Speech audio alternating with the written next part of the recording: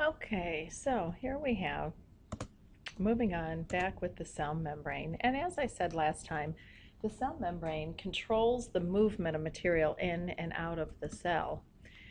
And it's made up of lipids and proteins. Remember down here we have these phosphate groups and these lipids, these fats. The fats don't like the water, and the phosphate groups are okay with it. So the outside here, the phosphate groups are against the water, and the fatty acids, the fatty tails here turn themselves inward. And then also these proteins. This is an integral protein.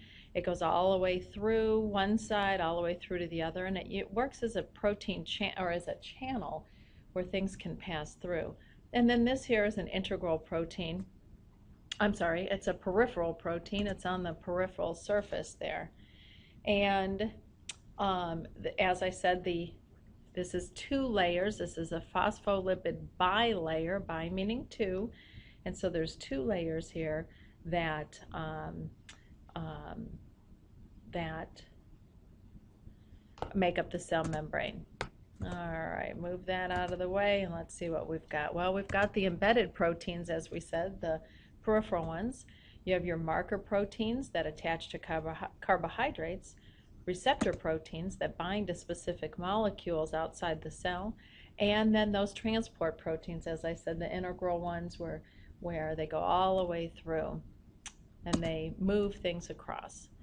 Okay, so then the inside of the cell membrane is the cytoplasm, and this is that jelly-like substance that's between the cell membrane and the nuclear membrane. And then within the nucleus, we have the nucleoplasm.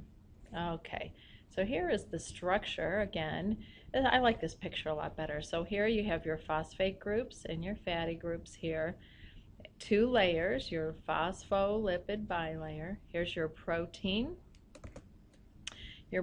channel here, and your proteins, your peripheral proteins with your carbohydrate chains. You have your marker proteins. Ooh, that was really loud. Okay, in case we weren't awake, we are now.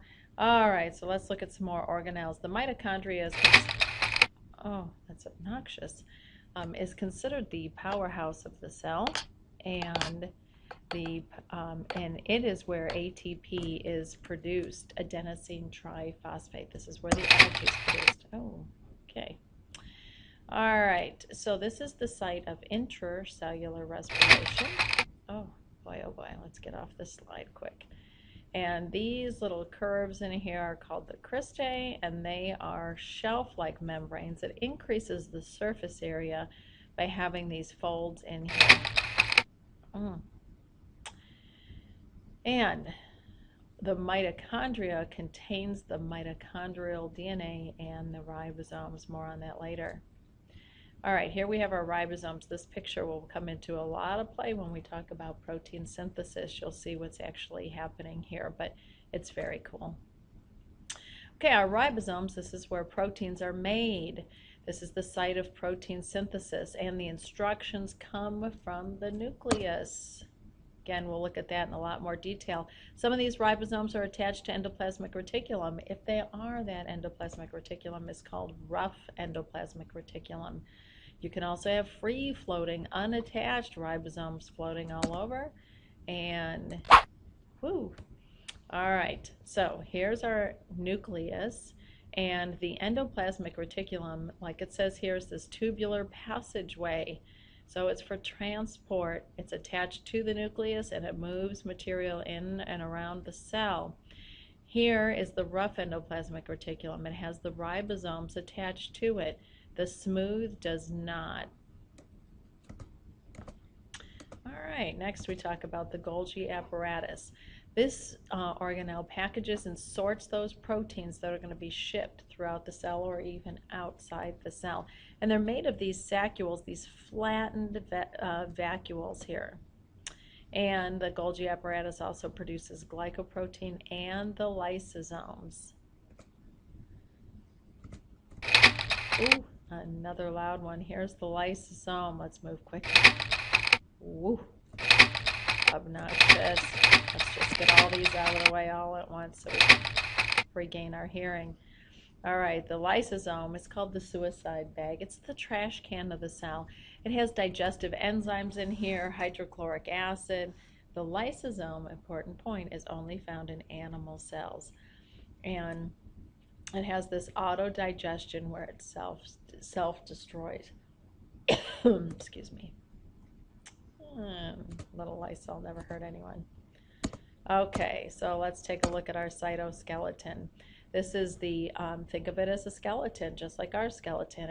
It holds our bodies together and it keeps it from collapsing. Well, the cytoskeleton does the same thing, except it holds the cell together and it keeps it from collapsing. And it's made up of two main components here, the microfilaments and the microtubules. Micro meaning small, so these are very small, but the filaments, think about the filament in a light bulb. You have that thin, stringy looking thing.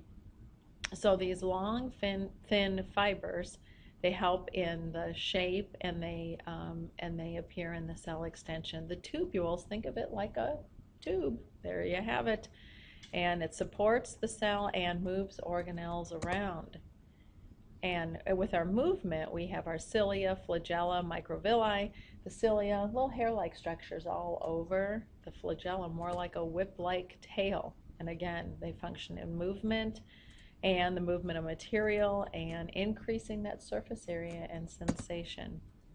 Okay, here's a good picture of the cytoskeleton. Here's the membrane, the cell membrane, and our phospholipid bilayer, our endoplasmic reticulum, and of course we know this is the rough endoplasmic reticulum because it has the ribosomes all over it.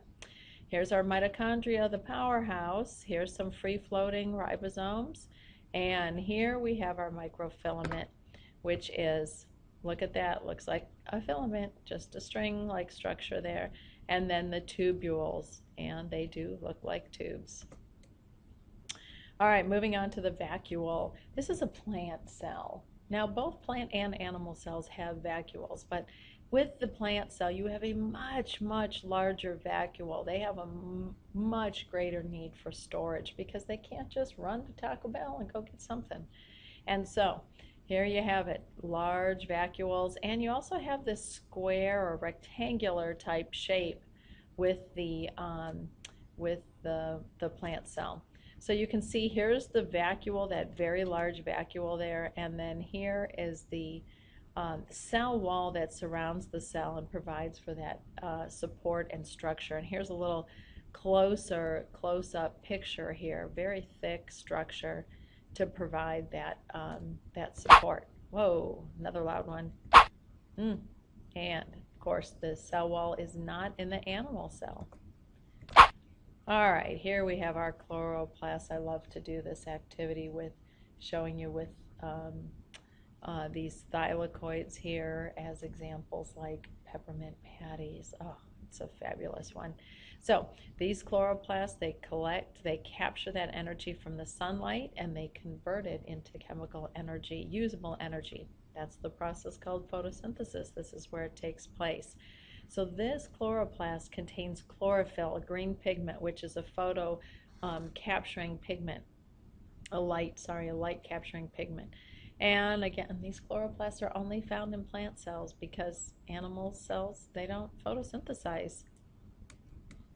And here's the structure. So here you have the chloroplast. If we open it up inside and take a look, you can see these individual rows of things are called the thylakoids, and the whole thing together looks like a stack of pancakes. That's called the grana. All right, so here's our plant cell. Again, cell membrane, very large vacuole.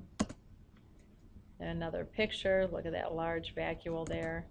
As compared to, okay, let's get through all the structures there. The animal cell. So here's the animal cell. Let me get to the next picture. Cell membrane, here's the nucleus, cytoplasm, ribosomes, mitochondria, Golgi body. Oh, and look how little that vacuole is. And again, you don't see that cell wall surrounding the animal cell. And those lysosomes that you only find in animal cells, those digestive enzymes. Love this one, the Venn diagram. You can see, as we talked about earlier in the other video, the prokaryotes versus the eukaryotes and what they have in common. Both prokaryotes and eukaryotes have the cell membrane, ribosomes, and cell wall, but what it should also be in there is genetic material.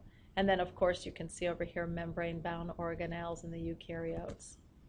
And in the animal versus the plant cells, like I said, lysosomes, not found in the plant cells, cell wall and chloroplast, not found in the animals, and then you have all of these organelles that are combined together, with the exception here of the vacuoles, large vacuoles in plants, smaller ones in animals.